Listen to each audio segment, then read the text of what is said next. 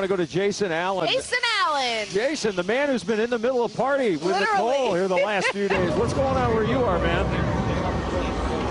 Hey, guys, it is absolutely a party. We have seen the leading edge of the parade just go off here in the last few minutes, and big cheers, as we have heard this whole last month of Let's Go Rangers, and they are waiting absolutely for the team to get in the back of those trucks and head out.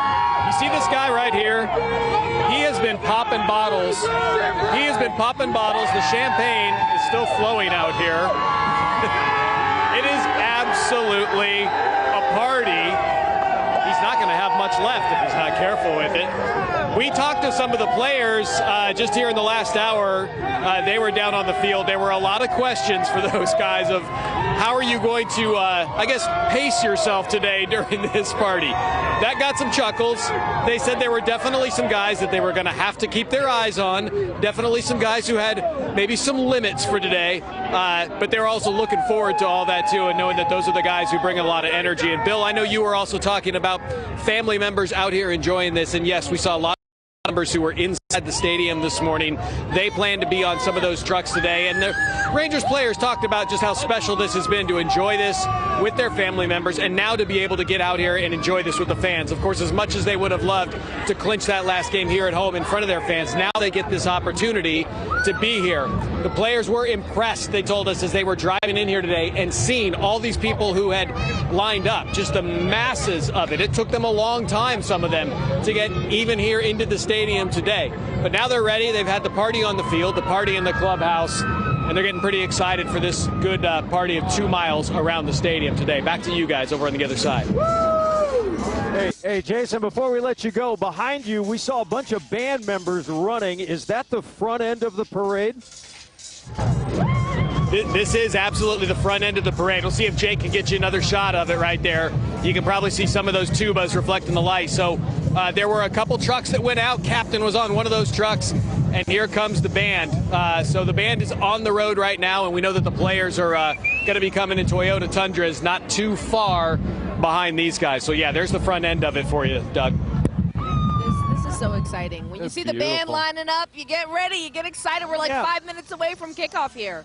And I think it was a joint band as well. Different bands from, I think, around the area came together all to kind of learn the same song. So different high schools? Different high schools, different high schools. We did a story yesterday, Now, wait a minute. That would only be the high schools that allowed their kids to be out. Well, you know, I said yesterday they weren't going to be there anyway. It doesn't matter. A lot of sick days. Honestly, I know a few kids who just said, you know what, I'm going to the parade. Exactly. Yeah. You got to. It's a once-in-a-lifetime opportunity. No, it's not. We're going to win it again next year. Well, that's true. You're right. There you go. It's a first-in-a-lifetime opportunity. First in a lifetime. I like how we said that. Bill Jones setting the record straight. There you go. I love that.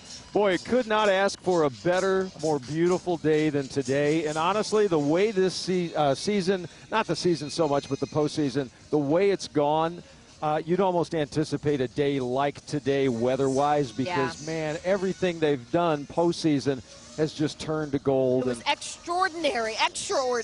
Just Bill touched on it earlier, the 11 road wins, something we've never seen. And I think it would be appropriate if they just went over to Six Flags and all of the guys got on the roller coaster because that's the way the season That's where they should have started this on Texas Giant over there at Six Flags and go on the roller coaster. That's where the season went. Wow. Look at all those people, you guys. The color guard, color guard. We got baton twirlers. Yeah, I think in the front the cheerleaders as well. So that's going to be the start. They kick off there.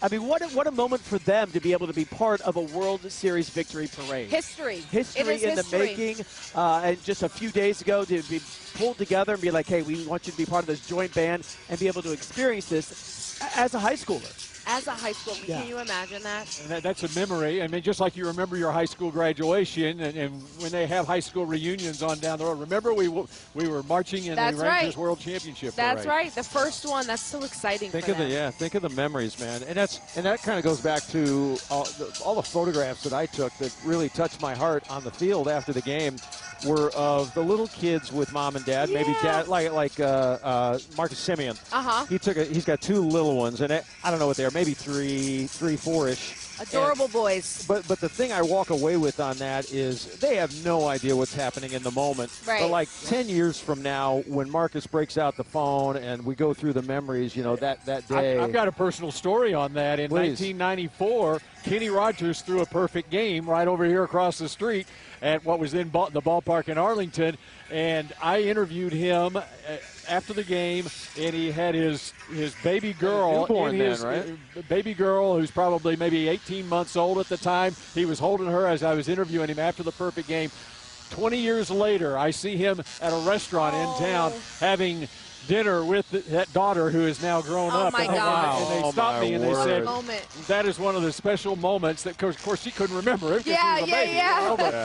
That's amazing. Yeah. But think about for that kid, though, you know, if you grow up and then suddenly, you know, you get to that point in your life where you're old enough to realize and understand, you know, my mom or my dad was involved with a World Series champion team. That is awesome. So the parade. There they go. They're turning there. I'm going to go ahead and call it. The parade has started. It has started. Yeah, it sure does look right like on time. 12, a little bit early, actually. A little bit early. 13. And I think people have been here that are right there on the front. They've been here since before the sun even came up, trying to make sure that they can get that spot. And working so hard. Think about it. Like you said, to your point, the organization of everything came together.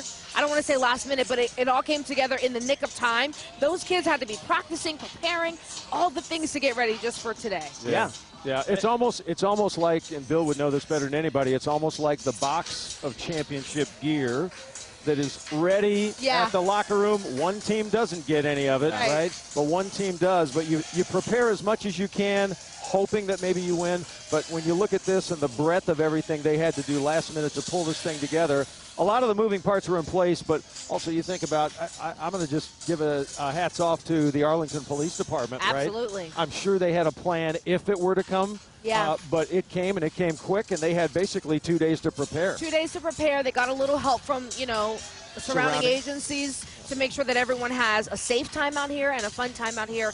And you're right, we do have to credit our first responders with being ready, because this is a huge undertaking, especially for Arlington, for this area. Yeah, at the end of the day, we want everybody to have a good time, but we want everybody to go home safely, right? This is a party. This is a joyous event. So hats off to the Arlington Police Department and any and all surrounding agencies that jumped in to help out, because it's a big, heavy lift today with the amount of people that have swelled into Arlington. It's one big tailgate party today. It's a carnival all wrapped up into one. And fans had to be strategic about where they're going to set up. Okay, you see the parade route, and you want to be in a certain location on the parade route that you're going to be able to see everybody, or do you, instead of being on the parade route, do you come over here to the plaza area and be in position for all the speeches that will take place on the stage? Yeah, because there's two shows happening, right? We got the parade and the after party. And the ceremony. But actually, you watching at home have the best seat in the house. You didn't have to make that. That's right. Your strategic decision was sit in front of your television. You're the trust us. Or if you're watching us on your iPhone as well, that's your strategic decision. That's right. We got you covered on all ends. Any guesses on who's going to have the trophy first? Are they going to have it there as well? You know what? We should maybe kind of pontificate. Do you think Bochy rides up with the trophy, or what do you think? By the way, I love the picture of Bochy in the first class. Oh, I love it. That was iconic. That needs to be on a T-shirt. Now he's the one with the most experience with trophies, since this is his fourth World Championship. Yeah. So he may hand it off to someone else just because. And I was going to say, I will say, Cuban may argue that, wait a second, he got that picture idea from me, because Cuban did it back in 2011. He had did. his trophy, right? You never know.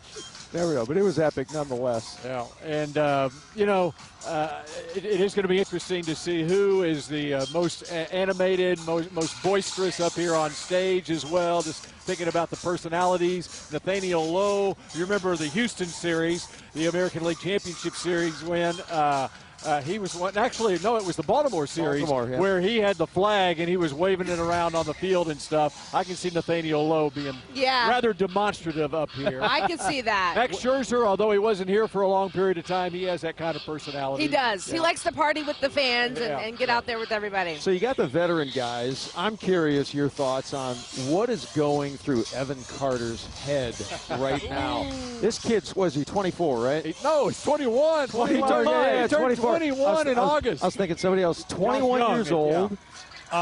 You've won the World Series, and you're in a World Series parade. Unbelievable. And Wild. he's a country kid from Elizabethton, Tennessee, which, by the way, is the same hometown as a sports legend in this town, Jason Witten, who played 16 years with the Cowboys. In fact, what's interesting about it is Evan Carter's father played football for Jason Witten's grandfather at Elizabethton High School, and Evan Carter himself played football for a while for Jason Witten's brother, Sean Witten, who is the head football coach there. But it was great talking a couple of times after two of the games in Phoenix. We just happened to run into Evan Carter's mom and dad on the elevator after the game and just talking to them. I asked the dad, Jason, after they won it all, I said, okay, my phone is blowing up. I've got like 250 text messages on my phone right now.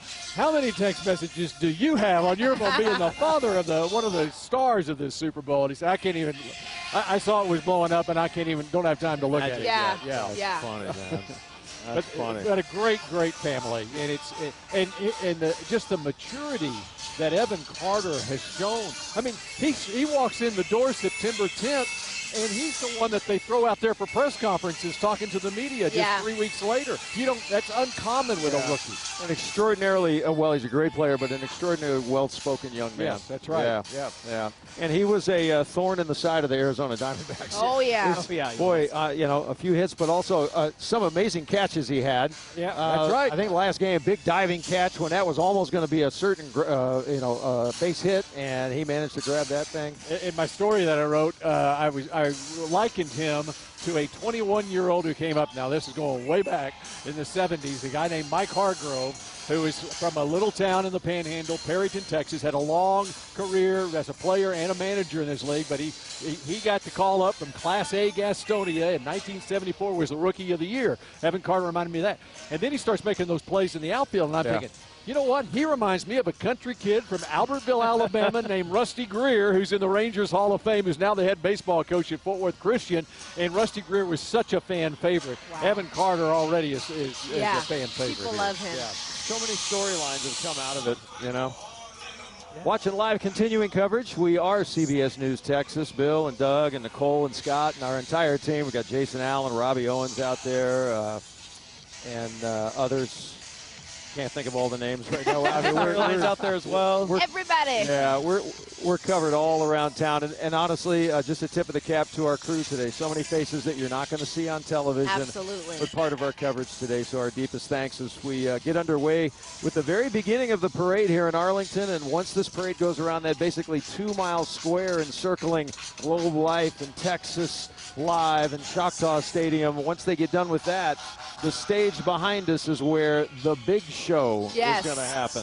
The ceremonies, the speeches, we'll get to hear from a lot of people that were integral in getting to this moment. And I think that's exciting, too, because we get to see the players on TV and the interviews, but actually hearing them speak from the heart today to all the fans, to everybody directly, is really going to be a treat, I think. It's for the fans to be even closer to the players than they maybe ever have been before. To be able to be out here and be able to see them, possibly even shake their hands. It's got to be such an amazing moment today. Yeah, people make such a personal connection to athletes across the board. But baseball in particular, I think, is an interesting place. I think a part of that is because when you're watching a game on television, you can actually see their faces. Yeah. You know? And obviously the speed of the game is much slower, and there's more time to soak it all in and so forth. You can savor it, really. And there's time for the broadcasters to tell the stories of the players and stuff. And so it's all connecting. It's all personalities that draw people to following, whether it be someone in the entertainment business or a sports team or sports personalities and so forth, I wanted to pick your brain on, we both spent a little time in the locker room. You spent a lot the night we won.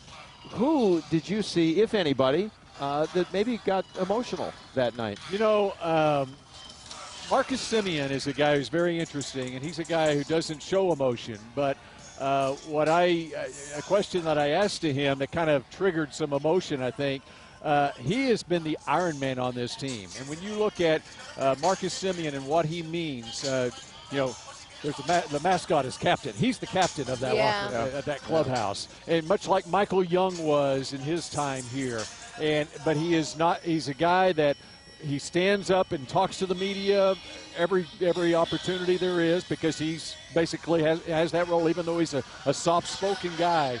But what triggered it with him that I think he was passionate about was when I said, you're a guy who's been the Iron Man on this team. You have started at second base and been the leadoff guy in the batting order all 162 games in the regular season, all 17 games in the postseason.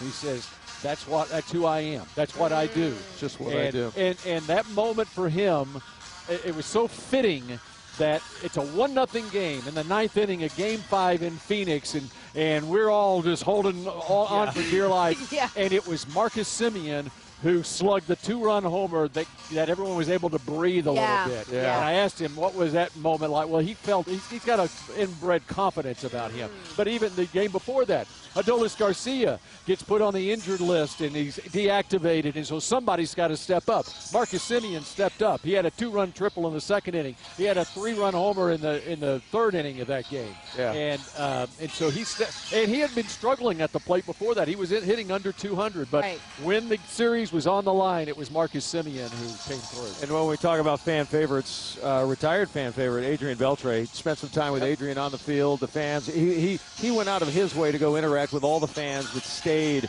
at Chase Field and spent time with them. But I asked him about just the tension of the game, because whatever everybody was feeling like watching on television, it was 5 times that in the building. Yeah. It was crazy. And I asked him, I said, when did you relief a little bit? He said, man, it wasn't until like the bottom of the 8th inning when I finally, felt, okay, this might happen. Right. And he was a part of that 2011 team. Yes, he was. And at Game 6 in St. Louis, 2 other guys who are now a part of the organization in executive roles are Michael Young and Ian Kinsler, who were also with the team in Phoenix. And to see them also be a part of it, they are confidants that Chris Young, the general manager, leans on, and John Daniels before him. And by the way, Chris Young, how about his story? Oh, my gosh. Here's a guy who became the GM of the team a year ago, although he was already with the organization, and they decided to make the move at the end of last year. He's the one who hired Bruce Bochy. Yep. He had played for him in his playing career. And then in 1 year's time, here we are with a championship parade. And Chris Young is a guy from Highland Park, a 2-sport athlete there, played college basketball and college baseball at Princeton. And, wow.